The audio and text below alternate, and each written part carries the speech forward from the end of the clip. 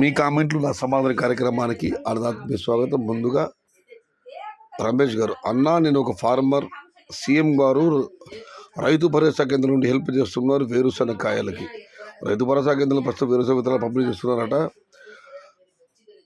రమేష్ గారు కామెంట్ పెట్టారు, అన్నదాతలు కొనుక్కోండి, రేట్ ఇక పెరగదా అనిపిస్తుంది అన్నగారు.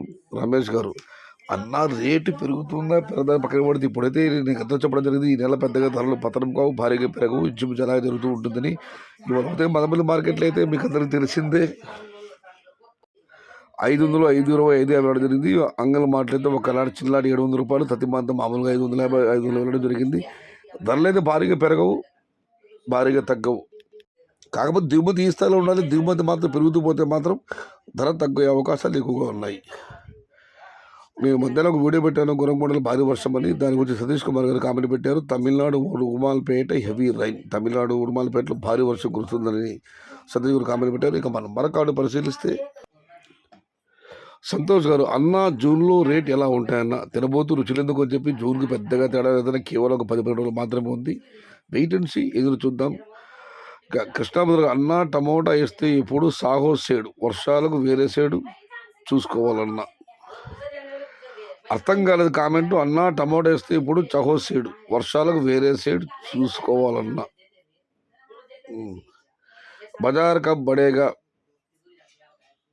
शाहिद गारू, भैया बाजार बढ़ने का मौका नहीं है, क्यों बोले तो आपके गांव में तो उत्तर भारत में बहुत टमाटर है, महाराष्ट्र और औरंगाबाद में और दिल्ली, इधर पर बहुत लोकल टमाटर है, इधर से उधर एक्सपोर्ट नहीं होता है, उधर से इधर को भी एक्सपोर्ट नहीं होता है. भैया आपके पास माल कम हुआ तो माल बढ़ेगा.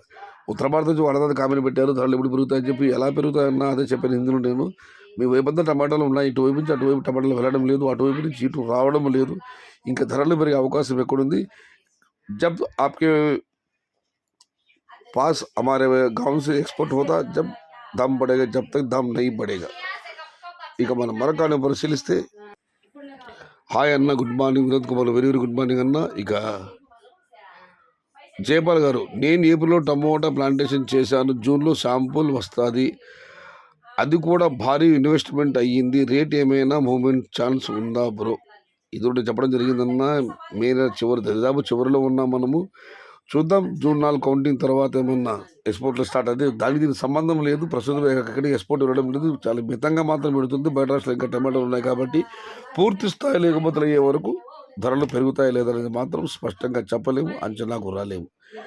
రేట్స్ ఇప్పటికి లేవు, పెట్టుబడులు రావు, వర్షం పడింది, భారీగా ప్లాంటేషన్ జరుగుతుంది, ఇంకా రేటు వస్తాయని ఆశ పెట్టుకోవద్దు, ఎక్కువ ఖర్చులు పెట్టవద్దు. రేట్స్ ఇప్పటికి లేవు, పెట్టుబడులు అయితే భారీగా అవుతున్నాయి, వర్షం పడింది, మళ్ళీ భారీగా ప్లాంటేషన్ జరుగుతుంది, ఇంకా రేట్స్ వస్తాయని ఎవరు పెద్దగా ఆశలు పెట్టుకోవద్దండి. దయచేసి ఖర్చు ఎక్కువగా, పెట్టుబడులు ఎక్కువగా పెట్టవద్దని అన్నదాతలకు బక్కనబాయ్ గారు సలహా ఇస్తున్నారు. ఇక ఎన్టీఆర్ నాయుడు ఫ్యాన్స్ గారు, సయ్యద్ భాయ్, మా ఏరియాలో మార్చిలో నాటిన క్రాప్స్ బాగాలేవు, నా తోట కూడా ఉంది, ఏప్రిల్ నాటిన తోట అయితే చాలా బాగుంది, నేను స్టెప్ బై స్టెప్ పెడుతూ వస్తున్నా మార్చి నుండి. మార్చిలో నాటిన క్రాప్స్ బాగాలేవు అంటారు, కానీ ఆయన తోట అయితే బాగుందంట. ఆయన మార్చి నుండి ఏప్రిల్ వరకు కూడా స్టెప్ బై స్టెప్ తోటలు నాటుతూ వస్తున్నారట. అన్న మీరు మంచి పని చేశారు, అది స్టెప్ బై స్టెప్ అన్నారు, మితంగా వేస్తారు, భారీ వేస్తే తెలియదు, కానీ స్టెప్ బై స్టెప్ వేయడం మాత్రం చాలా మంచిది, ఇది మంచి నిర్ణయము. మార్చి లాంటి తోటలు మార్చి, ఏప్రిల్, మే ఇప్పుడు కోతలు వచ్చే సమయం, తోటలు ఇప్పుడు వర్షం వల్ల కాస్త మళ్ళీ వాటి జీవం రావచ్చు, ఏమైనా మా తోటలు బాగా లేవు అని మీరు కామెంట్ పెట్టారు, కానీ ఏప్రిల్ లాంటి తోటలు మాత్రం చాలా బాగుంది అని కామెంట్ పెట్టారు. ఏదేమైనా స్టెప్ బై స్టెప్ నాటారు, చాలా సంతోషం అన్న. అన్న కళ్యాణదుర్గంలో భారీ ఎత్తున ప్లాంటేషన్ జరుగుతుంది. చింతయ్య గారు, దానికి అనదర్ విలేజర్ ఎంత ఎవరు చెప్పారన్నా, వాళ్ళ ఏరియాలో భారీగా ప్లాంటేషన్ జరుగుతుందంటే నిజమే. అనంతపురం ఉమ్మడి జిల్లాలో అక్కడక్కడ మాత్రం భారీ ప్లాంటేషన్ జరుగుతుంది, మరి కొన్ని ప్రాంతాలు ఇంకా ప్లాంటేషన్ జరగలేదు, ఇదైతే వాస్తవం. ఇది ఈరోజు మీ కామెంట్లో నా సమాధానం కార్యక్రమం.